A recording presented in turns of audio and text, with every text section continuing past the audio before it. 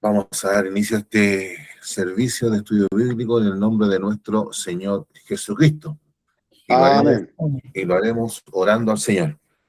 Padre, en el nombre de Jesús, en esta noche, Señor, te damos gracias porque tenemos la bendición, mi Dios, de estar contigo, de poder presentarnos delante de ti, de poder, Señor amado, reunirnos a escuchar tu palabra, mi Dios, de también estar en nuestros hogares, Señor. Es una gran bendición de poder estar en nuestra familia, Señor, y te damos gracias por todas estas cosas que tú nos concedes. Señor, te rogamos en esta noche, Señor, que este momento de estudio bíblico sea de provecho para cada uno de nosotros y que todo lo que hagamos en esta noche sea para tu honra y tu gloria. Yo te pido que tú toques nuestras mentes, nuestros corazones, Señor, que los llenes de tu presencia, Señor, para estar en comunión contigo, Señor amado, y poder comprender y aplicar tu palabra para cada uno de nosotros, Padre. Te lo imploro, te lo ruego en el nombre de Jesús nuestro Señor. Amén. Gloria a Dios, gloria a Dios, gloria a Dios para siempre. La lección para esta noche, mis hermanos, está en Mateo 24, 1, 3, 4, 5, del 26 al 30. Del 26 al 30.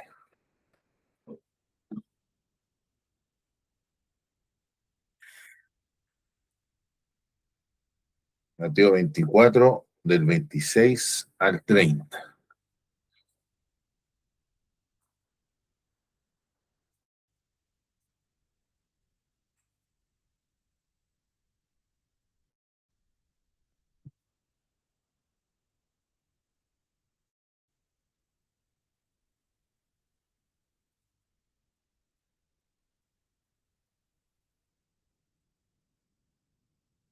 Mateo 24, del 26 al 30, hermano, habiéndolo encontrado, le daremos lectura en el nombre de nuestro Señor Jesucristo.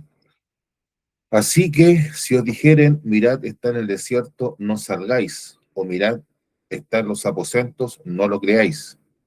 Porque como el relámpago que sale del oriente y se muestra hasta el occidente, así será también la venida del Hijo del Hombre. Porque donde quiere que estuviere el cuerpo muerto, allí se juntarán las águilas. E inmediatamente, después de la tribulación de aquellos días, el sol se oscurecerá y la luna no dará su resplandor, y las estrellas del cielo caerán, y las estrellas caerán del cielo, y las potencias de los cielos serán conmovidas. Entonces aparecerá la señal del Hijo del Hombre en el cielo, y entonces lamentarán todas las tribus de la tierra y verán al Hijo del Hombre viniendo sobre las nubes del cielo con poder y gran gloria. Amén. Que Dios bendiga la lectura de su palabra, hermanos, en nuestros corazones. Bueno, hemos llegado, podemos decir así, al corazón de este capítulo 24, al núcleo de este capítulo 24, que es la respuesta que el Señor da a la gran pregunta que le hacen sus discípulos. ¿Cuál es la señal, cierto, de su venida? ¿Cuándo el Señor va a venir? Como conversábamos al principio de esta serie del capítulo 24, la pregunta de los discípulos en cuanto a la venida del Señor no la podemos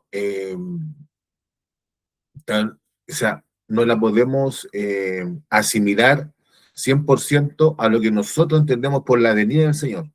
Seguramente, hermanos, lo que ellos entendían era que la venida del Señor tenía que ver con el gobierno, ¿cierto?, de Jesucristo y el triunfo, ¿cierto?, por decirlo así, de Jerusalén o de Israel por sobre las demás naciones. Eso seguramente era lo que estaba en la mente de ellos. O sea, ¿cuándo vendrá la otra etapa, por decirlo así? ¿Cuándo vendrá la otra etapa del Mesías? Parece que los discípulos lograron entender y comprender que había un momento del Mesías que se correspondía, ¿cierto?, con la descripción que hace Isaías con respecto al siervo sufriente.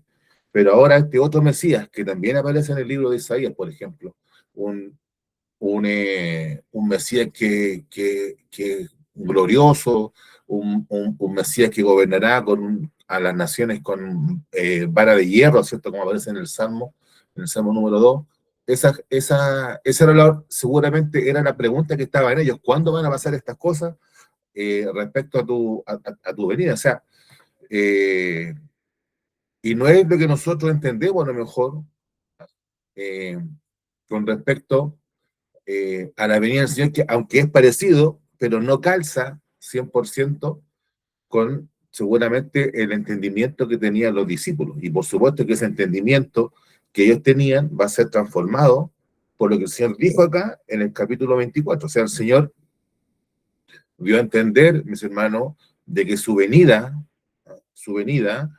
eh, no va a ser algo instantáneo, ¿ya? Va a estar, hermano, acompañada, ¿cierto? Con varias calamidades, varias cosas terribles que van a suceder en este mundo. ¿Ya? Entonces, esas cosas, hermano, los discípulos no las tenían en cuenta. Y que la venida del Señor, hermano, que su manifestación, ¿cierto? Como hemos leído, ¿cierto? Va a ser algo tan glorioso, hermano, eh, que la señal de él, ¿cierto? Su venida misma va a ser en las nubes y en el cielo, con las nubes del cielo. Entonces, no va a ser algo, hermano, eh, como tal vez a lo mejor pensaban los mismos discípulos, que iba a ser algo que iba a suceder, eh, tal vez el Señor colocándose como rey en Jerusalén, y luego expulsando a los romanos, y luego, mis hermanos, tratar de restablecer a Israel y tal vez algunas batallas, algunas guerras, mis hermanos, derrotar al imperio romano. Seguramente algo de eso en la mente de los discípulos había, pero no se esperaban esta respuesta, hermano, de que el reino del Señor iba a ser algo que llegaba a su conclusión, porque no podemos decir su inauguración, pero sí a su conclusión o mis hermanos, a su consolidación con esta venida que nos relata el versículo 30, ¿ya? Entonces aparecerá la señal del Hijo del Hombre en el cielo, y entonces lamentarán todos los activos de la tierra, y verán al Hijo del Hombre viniendo sobre la nube del cielo con poder y gran gloria. Entonces, sin duda que este capítulo 24, hermano, cambia la perspectiva de los discípulos, y eh, para nosotros, y esto es lo importante, hermano, de toda la lectura apocalíptica o escatológica, ¿cierto? De lo que tiene que ver con los tiempos finales, es que tengamos consuelo y tengamos esperanza, hermano. Tengamos consuelo y tengamos esperanza de que el Señor va a triunfar. Y a pesar de que las peores situaciones, como lo describe este capítulo 24, hermano, de persecuciones, de guerra, de terremotos, ¿ya? De situaciones, hermano, desoladoras, que podemos decir desoladoras. Por ejemplo, lo que tiene que ver con la apostasía que se va a producir dentro de la iglesia y, por supuesto, podemos decir, una apostasía natural en el mundo, es decir, un total desprecio por las cosas de Dios que va a ser en el mundo, que es lo que ya está pasando el día de hoy. Y esta apostasía que va a comenzar en la iglesia, hermano, que lamentablemente también está comenzando. ¿Ya? Lamentablemente también está comenzando todas estas cosas son tan tristes, hermano, tan desoladoras, ¿ya? Y a pesar de que todas estas cosas, hermano, van a suceder, no podemos perder la esperanza y la confianza en las palabras y en la promesa de Dios. Eso es lo que tenemos que siempre tener en cuenta. Y nuevamente nuestro versículo, comenzando con el versículo 26, el Señor aplica lo que nos ha dicho antes.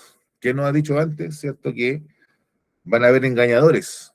La preocupación, la gran preocupación del Señor con lo que tiene que ver con su venida es que las personas no sean engañadas, que los discípulos de Cristo no seamos engañados.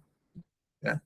Y por tanto, siempre lo que tenemos que tener en cuenta, hermano, eh, es nuestra relación con la verdad. ¿Cómo estamos nosotros en cuanto a la verdad? ¿Ya? Eh, y si podemos, y por eso la palabra de Dios tiene muchas metáforas, muchas imágenes, muchos ejemplos para aplicar esto, hermano. O sea, Es decir, la palabra de Dios dice, ¿cierto? Que Jesús dice que Él es el pan. ¿Tenemos hambre de ese pan nosotros? ¿Ya? ¿Tenemos hambre del pan de Jesús? Si esa es nuestra situación, hermano, ¿ya? Es porque estamos vivos. Si tenemos hambre, hermano, es porque estamos vivos espiritualmente y Jesús sacia nuestra necesidad, ¿cierto? Nuestra hambre espiritual. Entonces, esa, por ejemplo, esa situación, esa circunstancia es la que nos demuestra a nosotros que estamos relacionados con la verdad, por decirlo de una manera, ¿ya? ¿Cierto? Cuando el Señor le dice, ¿cierto?, que a la mujer samaritana que él tiene un agua, de que la persona que beba de esa agua no tendrá sed jamás, ¿cierto? Entonces, la mujer le pide, ¿cierto? La samaritana le pide al Señor que le dé de esa agua.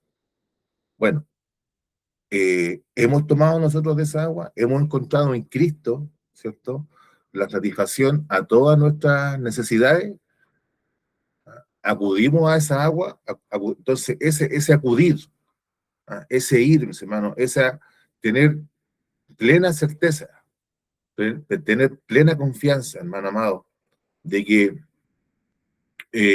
todo lo tenemos en Cristo, ¿ya? Esa, esa, podemos decirlo así, hermano, esa sensación, podemos decirlo así, hermano, no en el sentido de sensación de que no sea verdad, sino en el sentido de que usted lo siente, ¿ah? De que usted siente eso, ¿ah? Que usted tiene esto es así porque lo siento, ¿ya? Y uso esta palabra, hermano, y coloco este ejemplo para que tengamos en cuenta que lo que tiene que ver con Jesús, con lo que tiene que ver con el Evangelio, con lo que tiene que ver con Dios, no es solamente, hermano, algo de intelecto, o no es solamente algo, podemos decir así, como espiritual, sino que también hay algo, hermano, que se siente en el cuerpo, ¿ya? Ese sentimiento, hermano. No sé si usted en algún momento ha estado nervioso, y eso se siente en el cuerpo, hermano. Si ha estado angustiado, con una tristeza o tal vez pasando por un problema muy grande. Entonces, eso se siente en el cuerpo. Bueno, y en las cosas de Dios, mis hermanos, y no sé si usted también, hermano, y sin duda que tal vez le ha pasado esto, que usted ha estado feliz, ¿ah? Y esa felicidad se siente en el cuerpo, se siente, de hecho, ¿cierto? A veces las personas como resplandecen, hermano. Yo, por ejemplo, tengo un recuerdo muy lindo, siendo pequeño, de un paseo que nosotros hicimos por el colegio, hermano, y fuimos a Cajón del Maipo. Yo tenía como 10, 11 años, mis hermanos seguramente tenía, pero el lugar era tan hermoso, hermano, que yo no caía en la felicidad de ver lo que estaba contemplando, o sea, porque fue en invierno, era un día nublado, pero estaba todo tan verde, lleno de bosque, hermano, que yo quedé sorprendido y sentía como una dicha en el corazón, que es algo que nunca he podido volver a sentir porque ya soy un hombre viejo, porque seguramente fue mi primer encuentro con la naturaleza tan hermosa, hermano. Entonces, esa alegría y esa dicha que está en mi corazón, hermano, es algo que se siente. Voy a este punto. Y estoy colocando un ejemplo de las cosas naturales, hermano, para que ustedes entiendan, de que efectivamente Dios nos habla de muchas maneras, ¿ah? Y por supuesto que usted también tiene esa experiencia en su vida espiritual. Usted también ha sentido esa dicha, ese gozo, ¿cierto?, de la presencia de Dios. Entonces, nuevamente, ¿cómo estamos nosotros relacionados con la verdad? Es decir, he puesto estos ejemplos, hermano, para que tengamos en cuenta que esta relación con la verdad, mis hermanos, ocupa muchas áreas de nuestra vida, nuestra mente, nuestro corazón, nuestro espíritu, nuestro cuerpo. Y nosotros tenemos esa certeza. Y por supuesto, hermano, que una de las cosas que va a pasar, que nos va a pasar, ya sea en nuestra tribulación personal o en la gran tribulación, que sin duda va a entrar la duda, va a entrar, hermano, la sospecha. Muchos hermanos vamos a tener la venida del Señor por tardanza. Muchos vamos a querer, hermano, tratar de entender y de, podemos decir así, de reducir, hermano, a alguna explicación aquello que no entendemos. Vamos a tratar de cuadrar aquello que no entendemos, ya, reduciéndolo a una explicación que se haga razonable para el mundo. ¿Ya? Por ejemplo, hermano, lo que dice el apóstol Pablo sobre Himeneo y Fileto. ¿No? Usted se acuerda de estos dos personajes, ¿cierto? Himeneo y Fileto, ¿cierto? Que decían que la resurrección ya había sucedido. Y el apóstol, hermano, esto lo encuentra condenable. ¿Ya? 100% condenable, hermano, porque no es una resurrección, ¿cierto? Lo que seguramente estaba en la mente de Himeneo y Fileto era reducir, ¿cierto? Reducir el concepto de la resurrección a algo solamente espiritual, porque efectivamente nosotros espiritualmente hemos resucitado, pero el concepto de resurrección no solamente, ¿cierto? Cuando está la palabra de Dios, no solamente es algo que es espiritual, sino que también corporal, que va a ser la resurrección al final de los tiempos. Entonces, esa situación de Himeneo y Fileto, de a lo mejor ante el problema, ¿cierto?, que se les presentaba a ellos de entender cómo es que van a resucitar los cuerpos, ellos decían, no, pues, no, esa palabra, la resurrección, no tiene que ver con una cuestión corporal, sino que espiritual. Y por tanto, decían ellos, la resurrección ya se realizó. Entonces, y lo que Dios había prometido, y las cosas que, ¿cierto?, que, por ejemplo, que el mismo apóstol Pablo había enseñado con respecto a la resurrección corporal del cuerpo. ¿Dónde quedaba eso? Ya. Ese es el problema entonces que hay cuando a veces tratamos de reducir el evangelio a una fórmula que nos permita a veces tratar de comprender aquello que es incomprensible. Y eso es lo que siempre tenemos que tener en cuenta, hermano. En la palabra de Dios hay cosas que nosotros no vamos a poder comprender. Y el error está en tratar de reducirlas, ¿ya?, para comprenderlas y explicarlas. Pero hay cosas, hermano, que en la palabra de Dios no tienen explicación y lo que tenemos que hacer es creerlas. Entonces, nuestra relación con la verdad,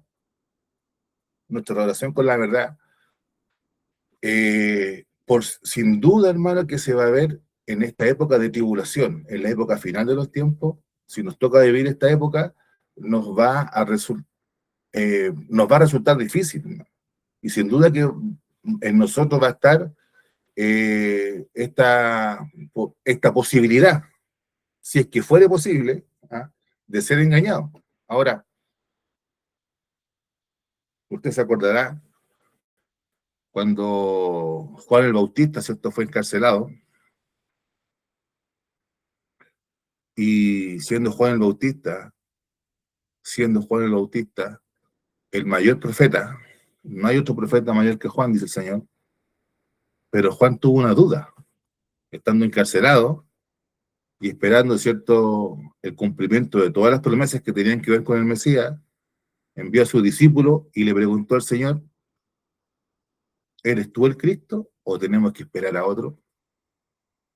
Entonces, si en una persona de esa connotación, de ese, hermano, de esa presencia del Espíritu Santo en la vida de Juan el Bautista, si en él, hermano, surgió esta duda con respecto a la persona de Cristo, ¿cuánto más nosotros, hermano, no va a surgir esa duda? No, téngalo por seguro, que va a surgir esa duda cuando estemos afligidos, cuando estemos en problemas, o cuando estemos en estos momentos finales de gran tribulación. Entonces, la manera, hermano, siempre de poder responder de manera acertada en estas situaciones es acordarse de aquello que se nos ha enseñado, de aquello que se nos ha entregado, hermano, y confiar en el Señor. Viene persecución, vienen problemas, viene muerte, vienen cosas desoladoras, vienen cosas tristes. En la historia de este mundo van a suceder, han sucedido, hermano, y van a seguir sucediendo. Pero confiemos en el Señor. Así que dice el Señor, así que si os dijeren, mirad, está en el desierto, no salgáis, o mirad, está en los aposentos, no lo creáis. Es decir, Si alguien les dijera a ustedes, oye, Jesús o el Mesías está en el desierto, así como Juan el Bautista, ¿cierto? Alguien que está alejado de la sociedad, alguien que está apartado, ¿cierto? Que es como una especie de una seta, como un ermitaño, ¿cierto? Ahí está Jesús. No, no es así, no salgan. ¿Ya? Tratando a lo mejor seguramente muchos falsos profetas y predicadores van a dar esta indicación, ¿cierto? No, el Jesús que estamos esperando es alguien que está apartado del mundo, ¿cierto? Vive de manera solitaria, así como Juan el Bautista. O dice, o también cuando dice, o mirad, está en los aposentos. ¿Ya? Esa palabra aposento que aparece ahí tiene que ver con la idea, ¿cierto?, de que en las casas antiguas, sobre todo de los judíos, pero en aquella época, mis hermanos, había un lugar reservado, eh, como una cámara, podemos decir así, como una habitación privada, hermanos, como para meditar o para orar. ¿Ya? Entonces, aquí también, mis hermanos, como que el Señor está en una casa, ¿cierto? En un lugar donde está meditando. Esa es la referencia que está haciendo acá el Señor. Y eso dice, no lo crean.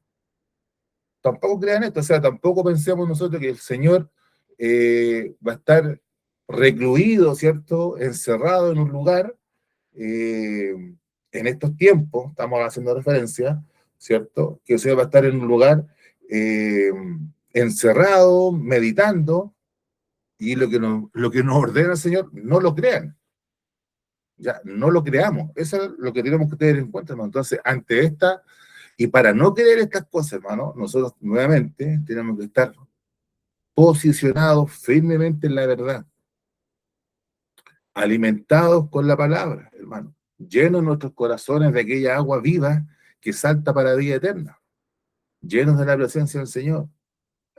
Tenemos que despojarnos, ¿cierto?, del viejo hombre y revestirnos de este nuevo hombre, ¿cierto? Entonces, no lo creamos. ¿Y por qué? Y aquí está la explicación, hermano. ¿Por qué el Señor dice esto? ¿Por qué no lo podemos creer? ¿Por qué no tenemos que creer a los falsos profetas y maestros que pueden inclusive hacer milagros y prodigios? ¿Ya? No tenemos que creerlo, hermano.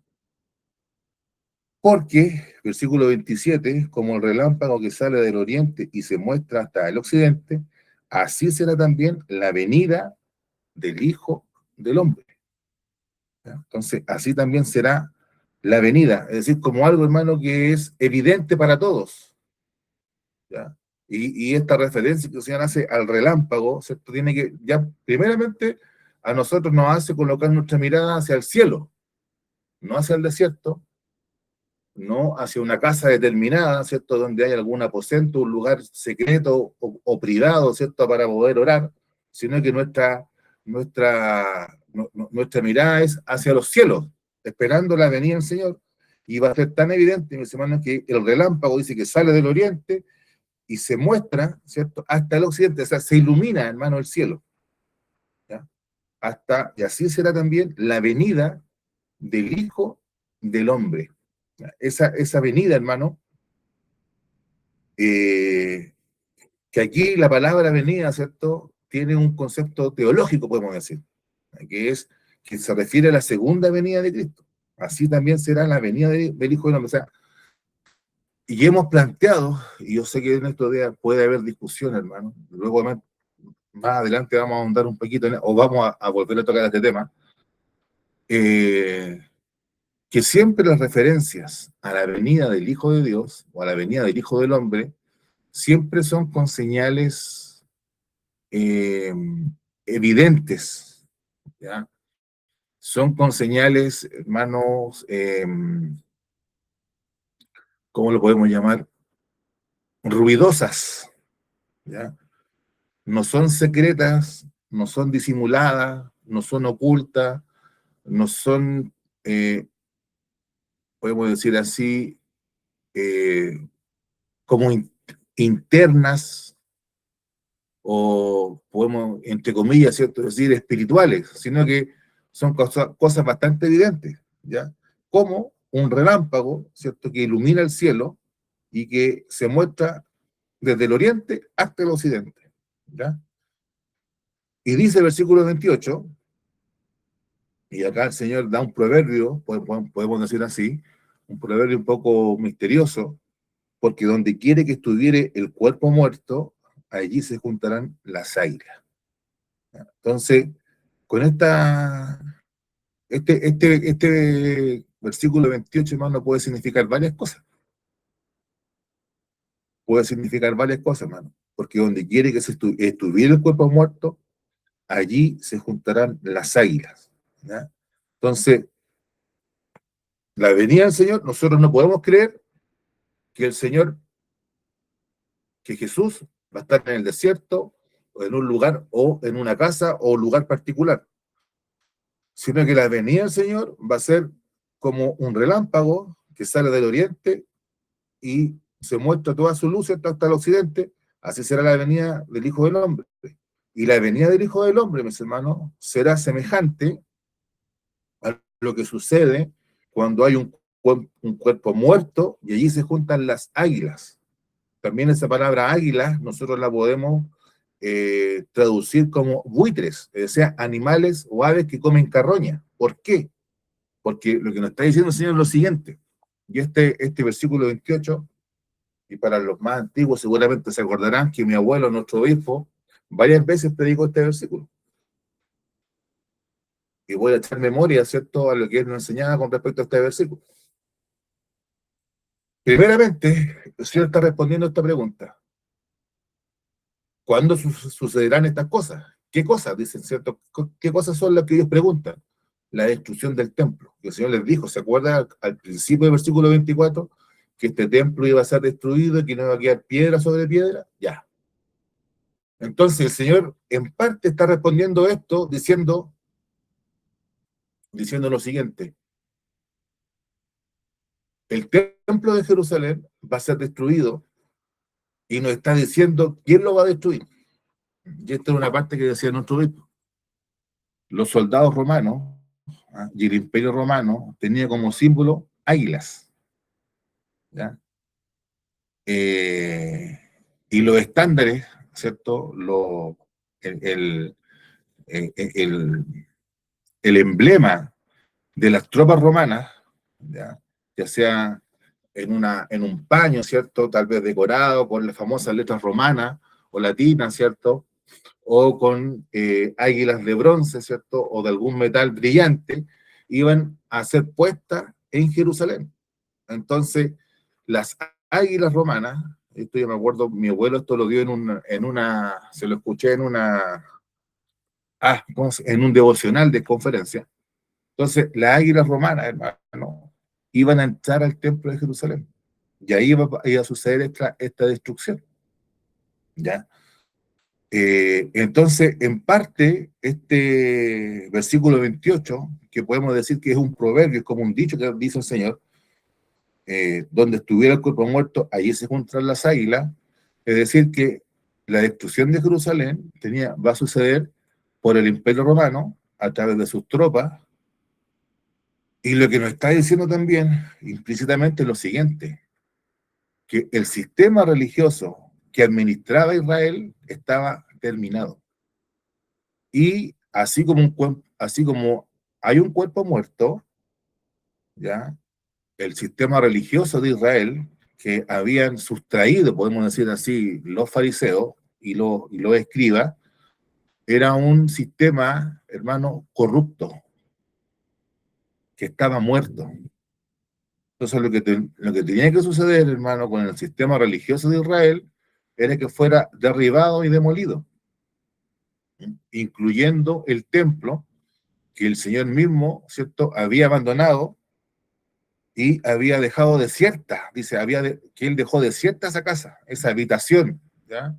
Que es el templo de Jerusalén. Entonces, el sistema judío de, de o la administración o la dispensación, ¿cierto?, de la época de Israel, de este Israel étnico, ¿ya? De este Israel racial, podemos decir, va a concluir cuando lleguen las águilas y se copan este cuerpo, pero no es un cuerpo que esté vivo, sino que ya está muerto y está corrupto, que está corrompido. ¿Ya? O sea, hay varios ejemplos, hermano. Hay varios ejemplos de la corrupción, de la religión y de la perversión, hermano, que hicieron los escribas y los fariseos. O sea, cuando el Señor les recrimina tantas veces, ¿no? Oye, ustedes enseñan a la gente a desobedecer la ley de Dios, ¿cierto? Y enseñan mandamientos de hombres, como cuando le dicen a los hijos, ¿cierto? Que no ayuden a sus padres, porque todo aquello que tienen es corbán, todo aquello que ellos tienen, todo aquello que les pudiera servir para ayudar a sus padres, ellos lo han dedicado, entre comillas, a Dios y por tanto no les pueden ayudar. ¿Ah? Ahí tenemos un ejemplo de cómo el sistema había sido pervertido, hermano, por tradiciones humanas. O, por ejemplo, cuando el jefe de la sinagoga se escandaliza porque el Señor había sanado a una mujer, ¿cierto?, que tenía una joroba. O sea, se escandalizan y el hombre se molestó, dijo, váyanse, ¿qué están haciendo, cierto? Hay 6 días para hacer estas cosas y ustedes lo hacen ahora. ¿Por qué? Y el Señor lo reprochó duramente.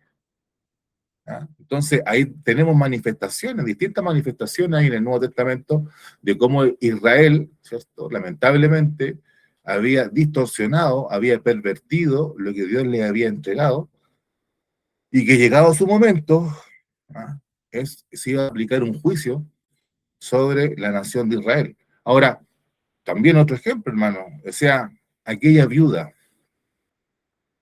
que va al templo y da todo lo que tiene, sus 2 monedas que tiene, no tiene más monedas, hermano. Esa situación, hermano, es una perversión también. O sea, ¿cómo es posible que haya un sistema religioso que permita que una mujer viuda sienta la obligación de tener que ir a dar al templo todo lo que tiene, sabiendo que no tiene más? ¿Ya? Ahí, hermano, el Señor también reprocha esto. ¿Ah? Toda la gente, ¿cierto?, con un afán de demostrar lo que ellos tenían, y va esta mujer viuda, ¿cierto?, no teniendo nada, y también hace lo mismo. Y eso es causa, hermano, de lo que los fariseos enseñaban. Hay varios ejemplos, hermano, de que el cuerpo estaba muerto y corrupto. Y lo que iba a suceder, hermano, inevitablemente, es que las águilas iban a llegar. ¿Ah? En este caso, ¿cierto?, los romanos, en el caso de Jerusalén. Pero como hemos dicho en ocasiones anteriores, el capítulo 24 no solamente se refiere a la destrucción de Jerusalén, sino que también hace referencia a lo que corresponde al final de los tiempos. ¿Y qué es lo que va a pasar al final de los tiempos? Que efectivamente, hermano, podemos decir así, la humanidad va a estar más corrompida, va a haber mayor corrupción moral, y esto también lo decía nuestro obispo, también va a haber mayor corrupción moral, también va a haber más podredumbre, el cuerpo, la cosa, podemos decir así, va a estar más nauseabunda. ¿Ah? Y por tanto, hermano, lo que le espera a un cuerpo muerto, aparte de descomponerse, es que lleguen los buitres y se lo coman. ¿Ah? Entonces acá también, hermano, los juicios de Dios, cuando Él venga, se van a desatar, no en un mundo impecable, no en un mundo, hermano, como pensamos muchas veces, ¿cierto?, que las cosas en el futuro van a mejorar, sino que va a ser peor. Entonces, así como en Jerusalén, hermano, hubieron dolores previos, hubieron guerra, hubieron terremotos, hubieron persecuciones, hubieron falsos profetas y maestros, mis hermanos, que trataron de desviar a los hijos de Dios. En la época de la destrucción de Jerusalén hubieron estas cosas, pero también esto mismo va a suceder en los tiempos finales.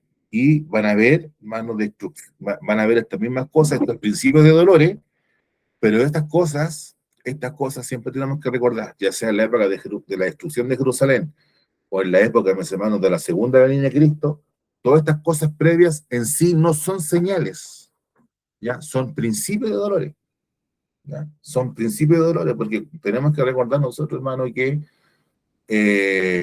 todas estas cosas que el Señor describe han sucedido continuamente en el mundo, hermano. Continuamente han sucedido en el mundo. ¿Ya? Entonces, esto, lo que sí nos muestra la palabra de Dios, que estas cosas que a veces nosotros pensamos que ya no van a volver a suceder, van a volver a suceder de manera más cruenta y más intensa. Y es ahí donde el Señor va a venir. Así también va a ser la venida del Hijo del Hombre.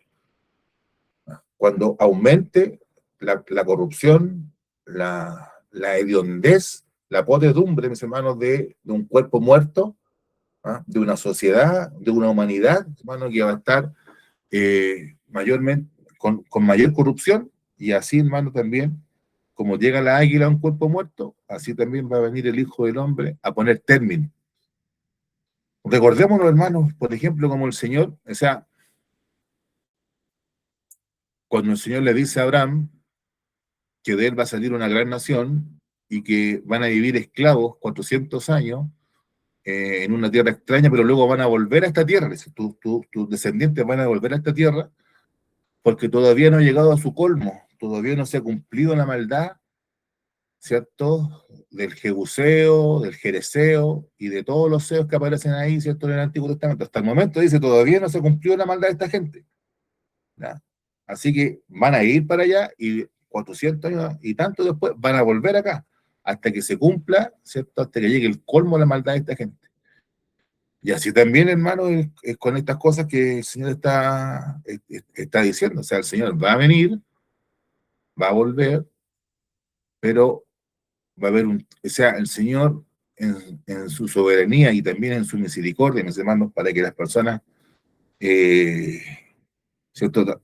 Como podemos decir así, dando la oportunidad para que las personas se arrepientan, eh, el Señor establece un tiempo que nosotros no sabemos, que solamente Él sabe, y que lo que tenemos que tener en claro, hermanos, que va a suceder en una situación de corrupción, de maldad, de perversión, de desolación, de cosas tristes, hermanos, que van a venir y que tenemos que pedirle misericordia al Señor. Y por lo que yo me acuerdo de ese devocional de nuestro obispo, él justamente en este versículo 28, hermano, dio esos dos conceptos. Tiene que ver con los romanos llegando a Jerusalén, pero también tiene que ver con la corrupción moral, espiritual de las personas al final de los tiempos, que van a decir, ¿saben qué? Esto no da más, hasta aquí llegó. Y dice el versículo 29, e inmediatamente después de la tribulación de aquellos días, el sol se oscurecerá y la luna no dará su resplandor y las estrellas caerán del cielo y las potencias de los cielos serán conmovidas. ¿Ah? Esa palabra, y sin duda que es un problema para interpretar esa palabra inmediatamente, ¿ya? Con el que comienza en el versículo 29. Es decir, podríamos pensar, se destruye Jerusalén, que es lo primero que está contestando el Señor, se destruye Jerusalén, y luego, hermano, viene la venida del Señor y viene esta situación o esta conmoción cósmica, ¿ya? En que el sol se oscurece, la luna no dará su resplandor y las estrellas caerán del cielo. Eh, pero es inmediatamente, hermano, lo que nos está diciendo el Señor ahí, no es, o sea, como lo tenemos que entender, hermano, no es que es algo que sucede una cosa después de otra, o sea, de manera inmediata, ¿ya? Sino que ha pasado esto, que la destrucción de Jerusalén, ¿ya? Y luego, hermano, viene, en un momento, viene la venida del Señor Jesucristo, que el Señor a lo mejor, hablando en términos humanos, se ha demorado, en términos humanos podríamos decir sí se ha demorado, ¿ya? De hecho, el mismo apóstol Pedro, ¿cierto?, coloca este punto, dice que algunos se ríen y se mofan de esto, diciendo que la venida del Señor la tienen por tardanza. O sea, ya en esa época, hermano, estaba este problema que a lo mejor podemos decir problema, ¿no? Que alguien podrá pensar que la venida del Señor se ha demorado, pero eso inmediatamente hace referencia a esto, no a algo que pasa cerca en el tiempo, sino que ha sucedido la destrucción de Jerusalén, y por tanto el sistema religioso de Israel, hermano, o la dispensación de Israel ha terminado, viene la dispensación de la iglesia, Y cuando llegue, hermano, el punto culmine, hermano, de la labor de la iglesia, va a venir la venida de Jesucristo. ¿Ya? Y estas referencias, hermano, estelares, cósmicas que hace el Señor acá, es algo muy propio, hermano, algo muy propio de toda la literatura, por decir así, profética o escatológica. Y hay muchos juicios, hermano, en la palabra de Dios, en los profetas del Antiguo Testamento, que hacen referencia eh, a eventos, a juicios, mis hermanos, cósmicos, a juicios sobre ciudades, a juicios sobre naciones y a juicios, hermanos, que se van a manifestar, que van a haber señales que tienen que ver con los cielos. Entonces, yo aquí voy a tomar mi lupa porque voy a leer aquí la concordancia, ¿cierto?, de mi Biblia, ¿cierto? Podemos ver ahí en Isaías 13:10, por ejemplo, que este capítulo tiene que ver con la destrucción de Babilonia, pero de acá se saca lo que, o cita, ¿cierto? Podemos decir, mejor dicho, cita lo que le está respondiendo a los discípulos. Y de hecho podemos leer el versículo 9 y 10 de Isaías 13. Y aquí el día de Jehová viene terrible y de indignación y ardor de ira, para convertir la tierra en soledad y raer de ella a sus pecadores. Por lo cual las estrellas de los cielos y sus luceros no darán su luz, y el sol se oscurecerá al nacer, y la luna no dará su resplandor. ¿Ya? También en Ezequiel 32, Ezequiel 32, verso 7,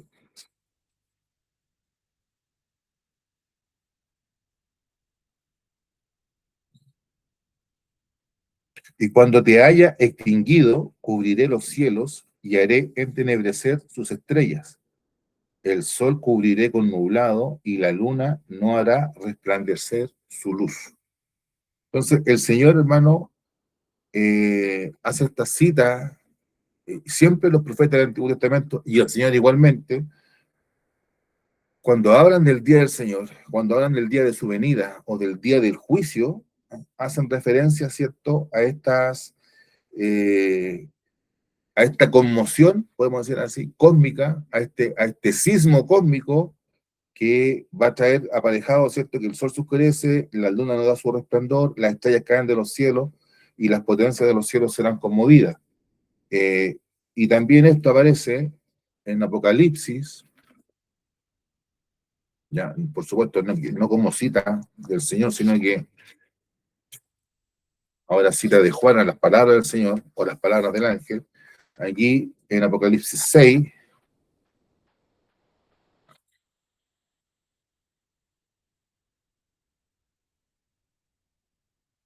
podemos leer versículos 11 y 12. Apocalipsis 6, 11 y 12.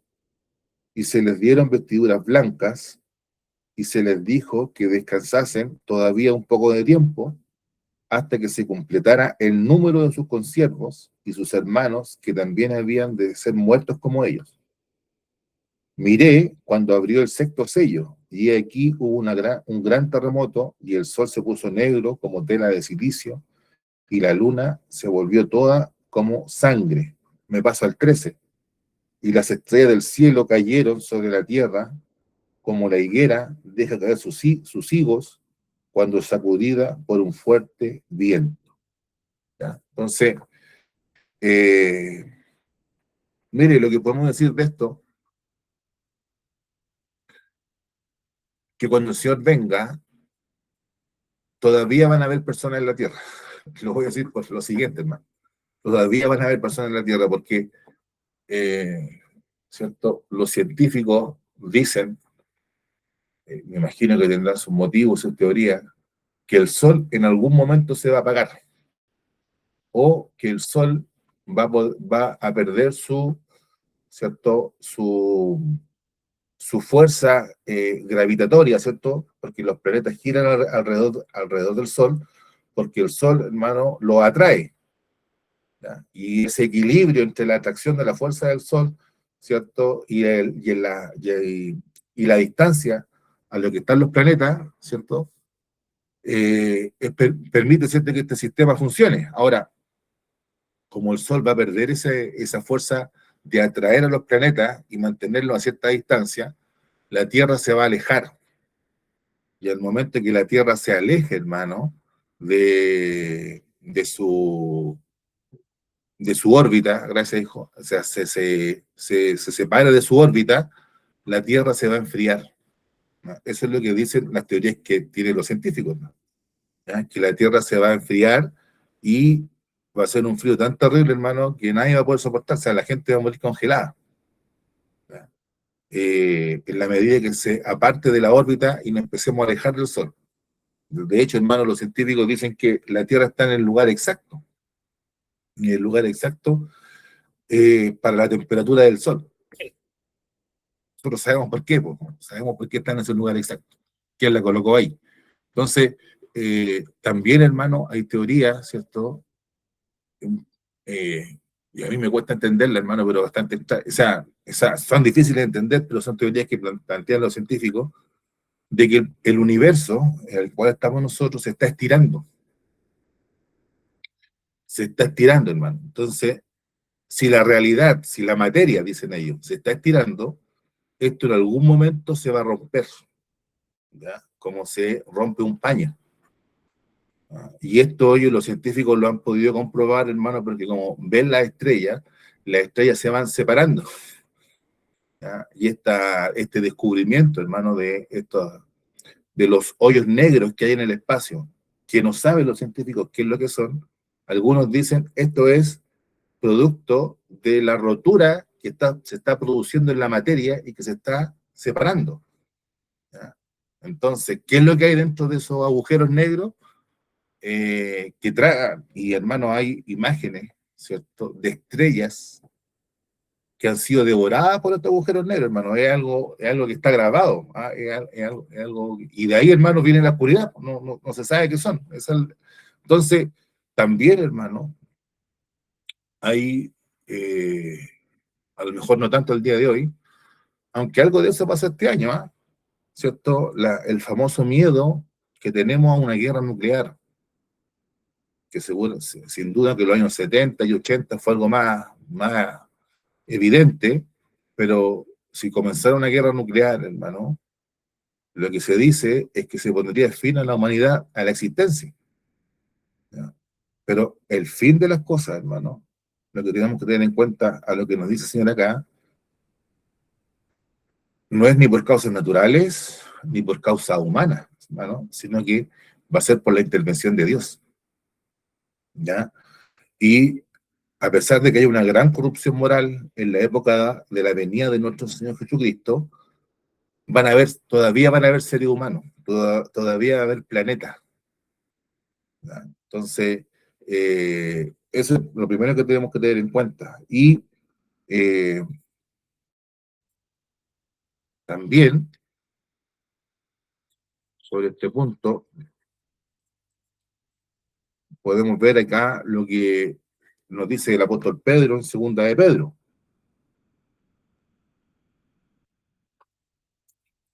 ¿cierto? En el capítulo 3.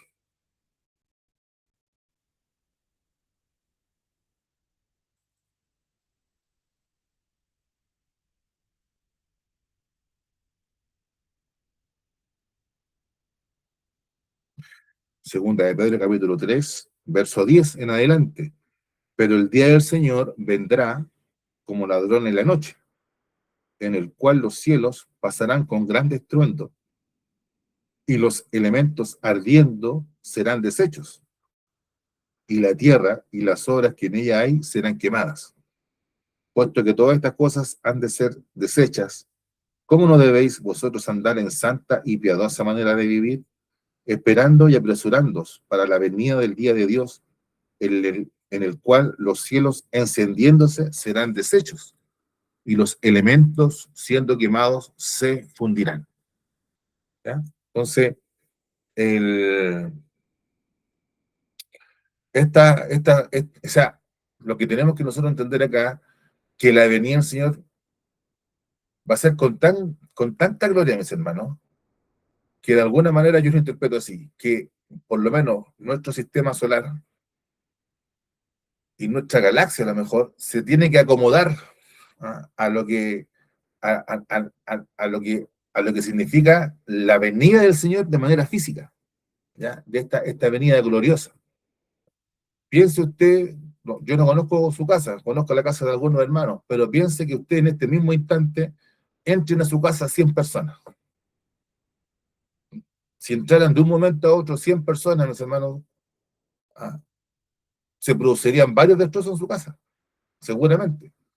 ¿Ya? Se caería la tele, alguna silla se quebraría, la pata de la mesa se soltaría, ¿cierto? La gente de un momento, para poder hacerse espacio, ¿cierto? Van a ocupar todo ese, su living, de un momento a otro. Entonces, así también, hermano, sin duda que la venida del Señor Jesucristo con sus ángeles va a ocupar un espacio físico en en nuestro sistema solar.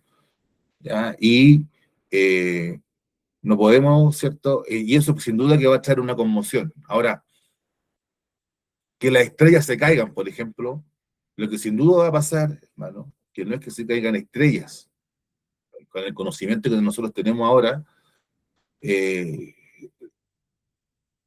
me costaría entender que una estrella cayera, ¿ya? Porque casi todas las estrellas siempre son más grandes que nuestro planeta. No sé si han encontrado una estrella más pequeña que nuestro planeta, pero todas las estrellas que nosotros vemos brillar en el cielo son sistemas solares, son como soles. ¿Ya? Entonces, eh, lo que van a caer, mis hermanos, seguramente van a ser meteoritos que van a, ¿cierto?, a brillar en el cielo, como todos los meteoritos que usted ha visto alguna estrella fugaz, son meteoritos que están entrando, mis hermanos, a nuestra atmósfera y que sin duda que muchos van a caer con fuego, porque así caen, hermano, produciéndose un fuego.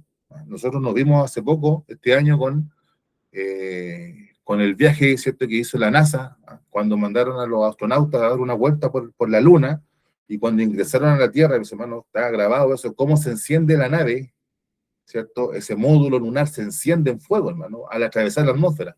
Sin duda, mis hermanos, que cuando la presencia del Señor con sus ángeles venga y se aparezca en esta Tierra, eh, se me olvidó, hermano, pero creo que entre Neptuno y Urano, hermano, hay un cordón de meteoritos que están ahí dando vueltas. Sin duda, mis hermanos, y cuando el Señor aparezca, todo eso se va a desordenar y muchos de esos van a caer a la tierra, hermano.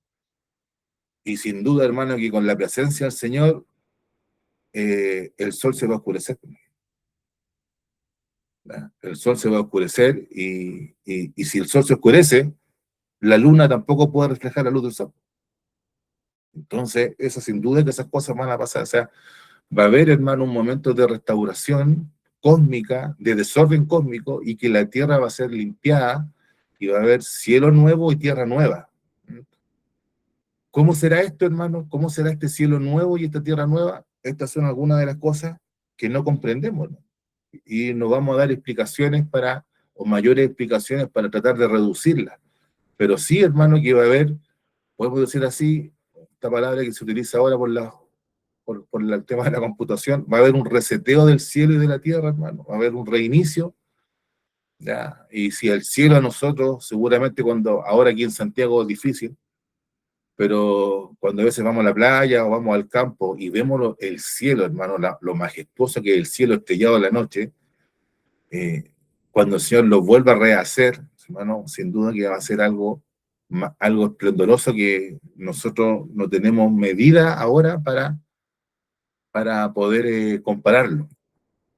Y entonces aparecerá la señal del Hijo del Hombre en el cielo, y entonces sobre la nube del cielo con poder y gran gloria. Esta es la gran señal, pero, ¿ya? La señal del Hijo del Hombre es su venida, como lo habíamos mencionado anteriormente. No son los terremotos, no son las guerras, no son los rumores de guerra, hermano. no son los prodigios y milagros que alguien puede hacer. La señal de la venida del Hijo del Hombre es Él viniendo. Es Él atravesando los cielos, mis hermanos, y apareciéndose con sus huestes celestiales, viniendo a buscar a su iglesia. Esa es la señal. No hay, y las cosas, mis hermanos, previas, ¿ya? Son principios de dolores.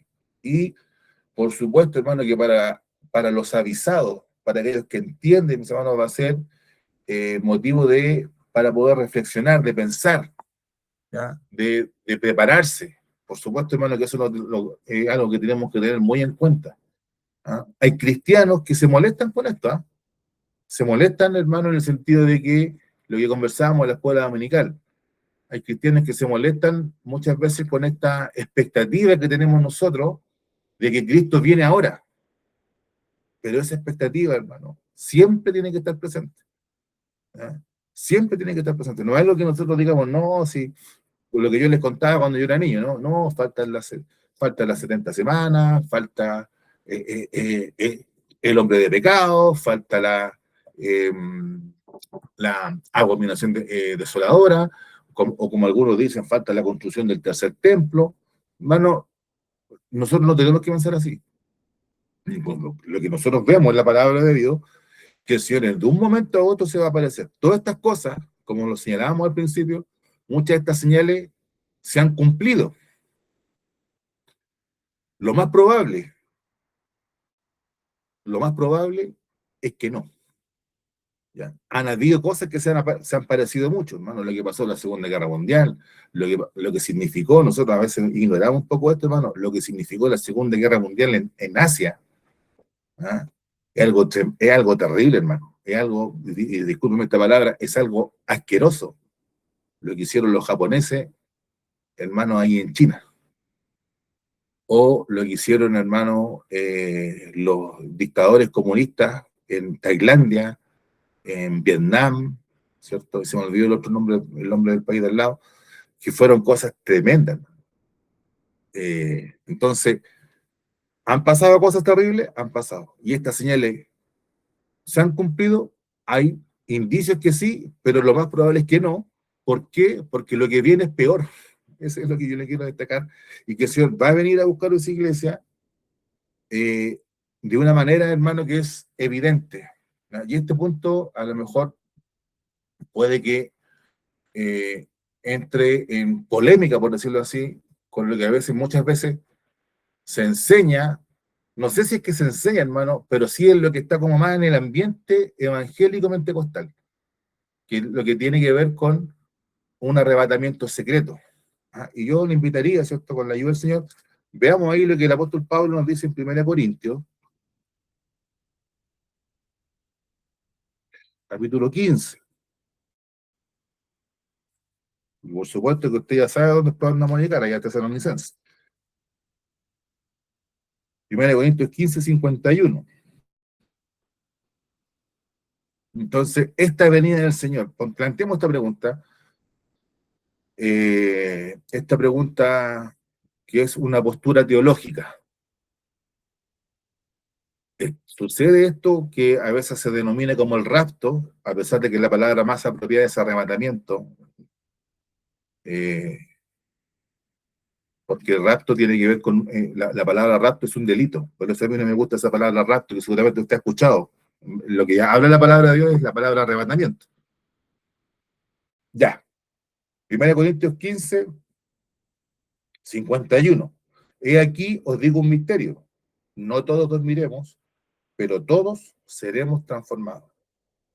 En un momento, en un abrir y cerrar de ojos, a la final trompeta, porque se tocará la trompeta y los muertos serán resucitados incorruptibles y nosotros seremos transformados.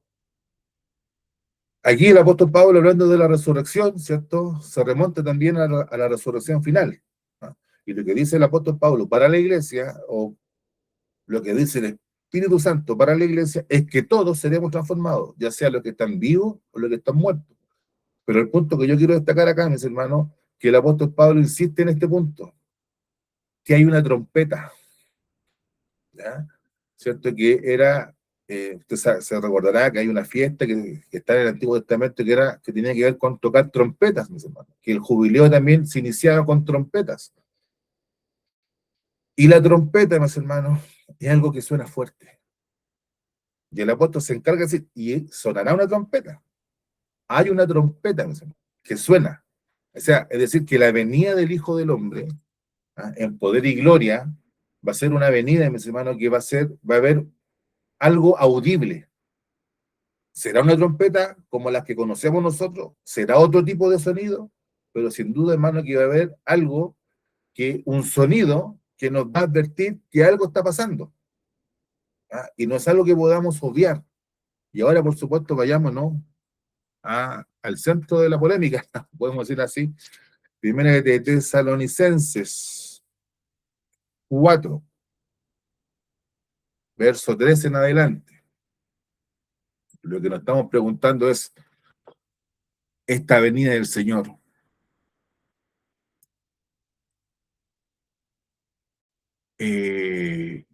¿es secreta o es pública? Vamos por colocarlo así, por decirlo así.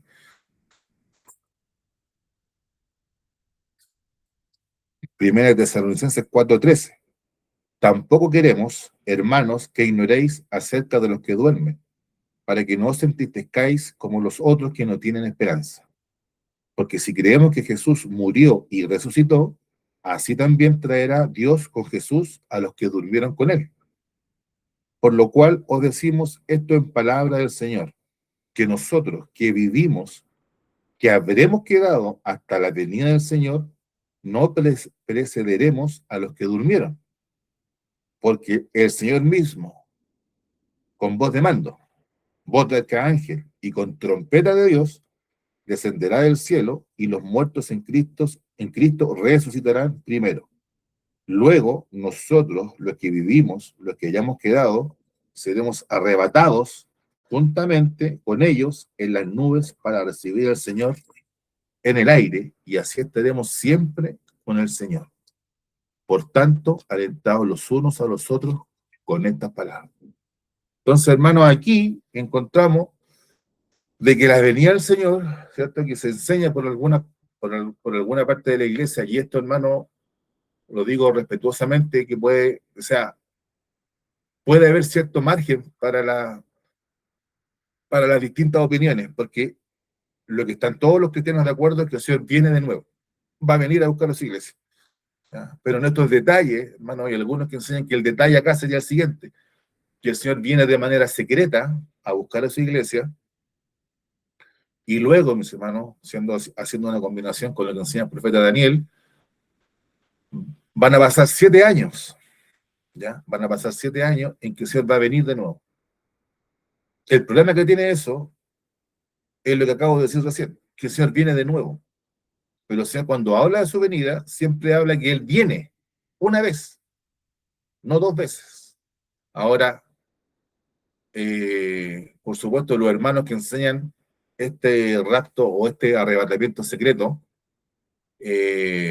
por supuesto que ellos nos dicen que la primera venida del Señor por su iglesia de manera secreta, ¿cierto?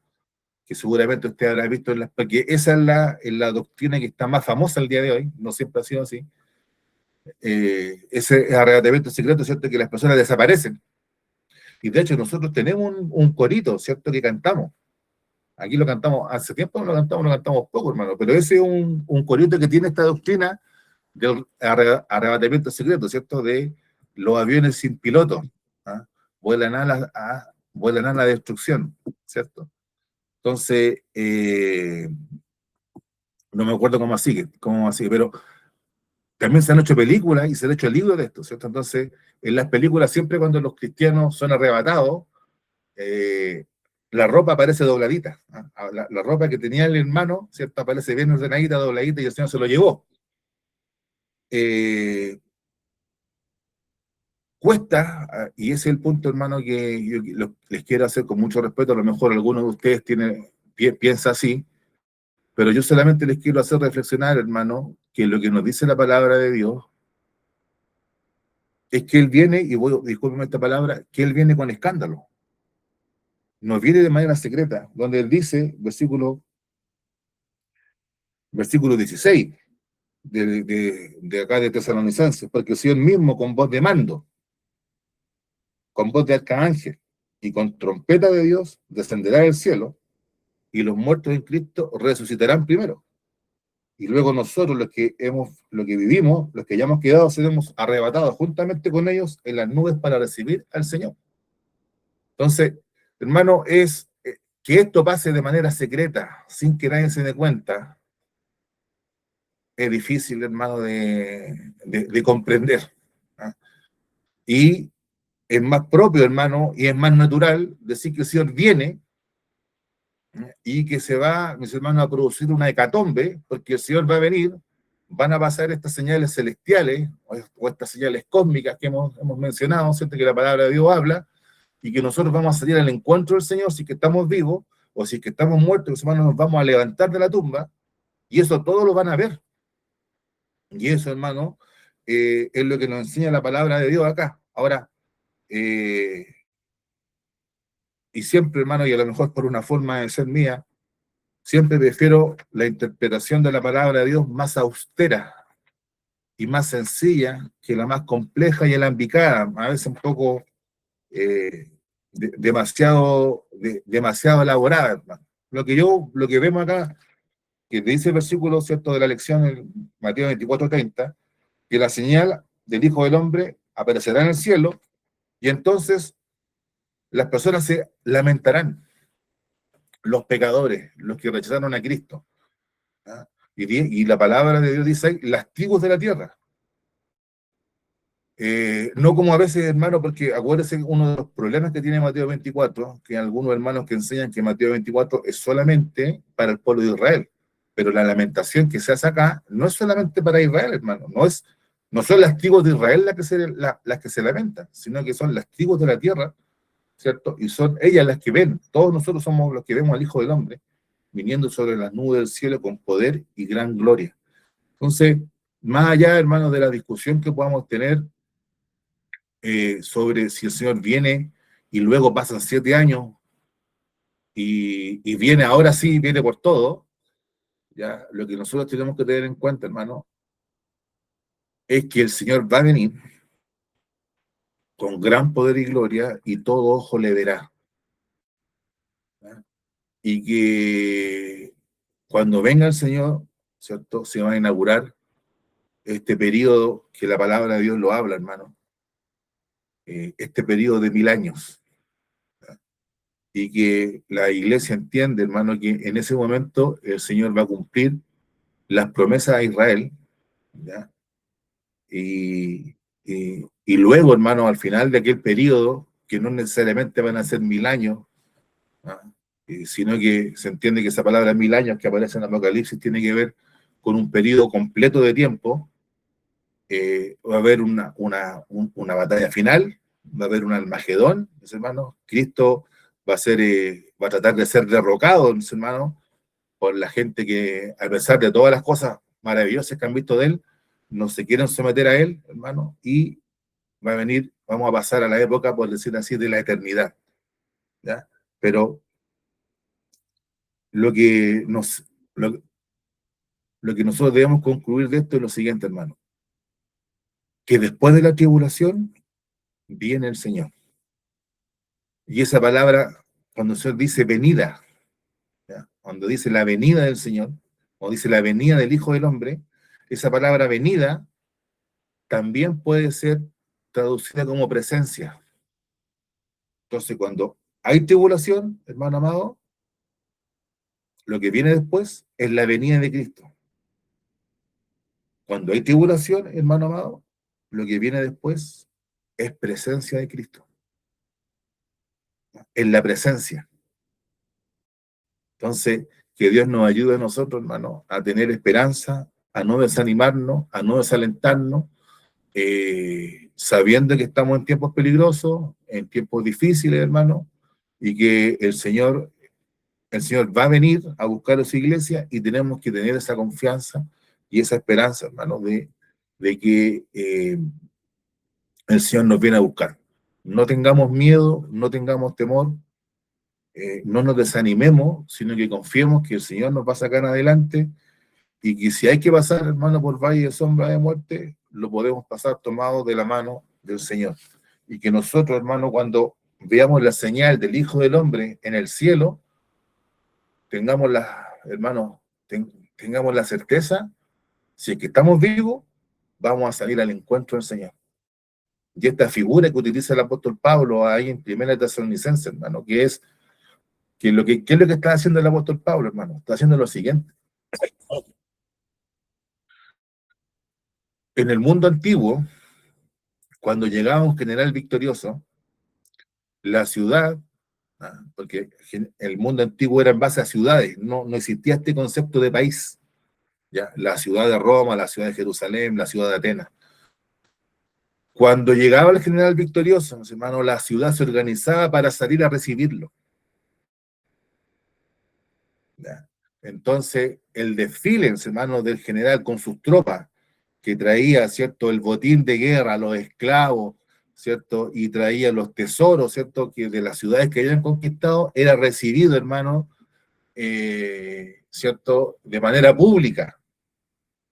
Y la gente salían a aplaudirlo, cantaban, bailaban, hacían fiestas.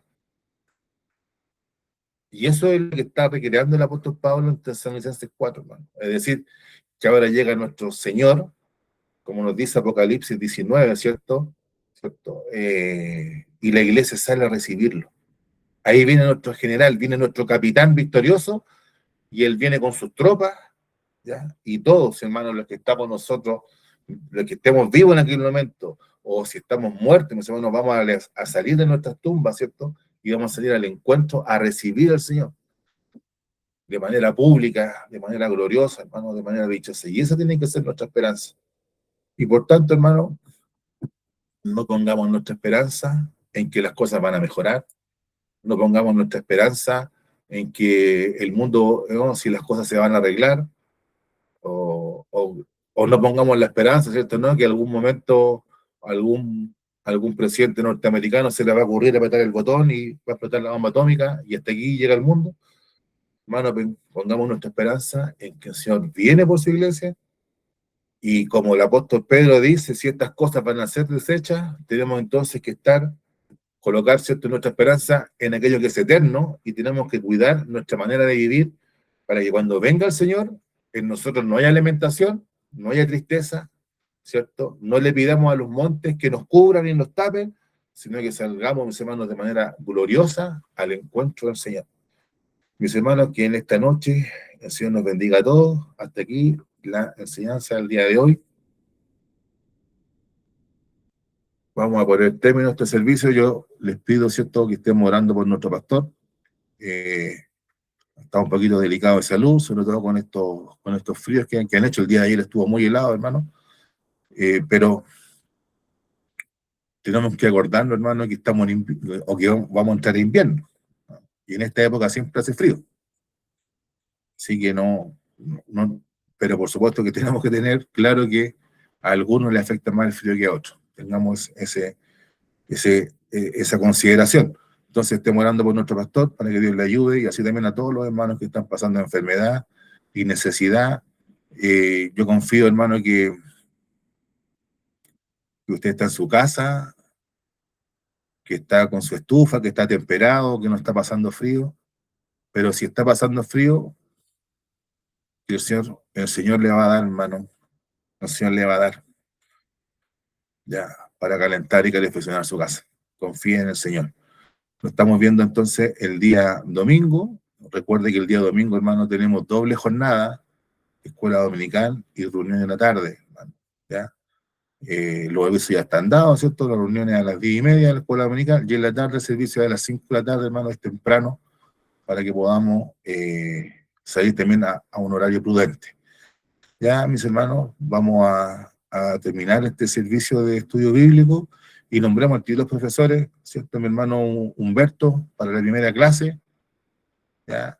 Y mi pastora, mi hermana Julia, para las clases de la hermana Dorcas, ¿ya? Y también vi a mi hermana Claudia, por si que mi hermana Claudia sí hubieran más hermanas, usted también pueda tomar la tercera clase de hermanas Dorcas, nuestra hermana Tamara para los jóvenes, ¿cierto? Yo estoy con los hermanos de la clase intermedia, con los jovencitos y las señoritas de la clase intermedia. Y hermano, nuestro hermano José Germán, ¿cierto? Ahí que esté, como decimos nosotros, en el rodeo a la guaite, ¿cierto? Para cubrir cualquier hermano situación que pueda pasar. Vamos a poner término a este estudio bíblico. Vamos a pedir a mi hermano Humberto, que está acá con nosotros, hermano, que nos despide con la bendición del Señor.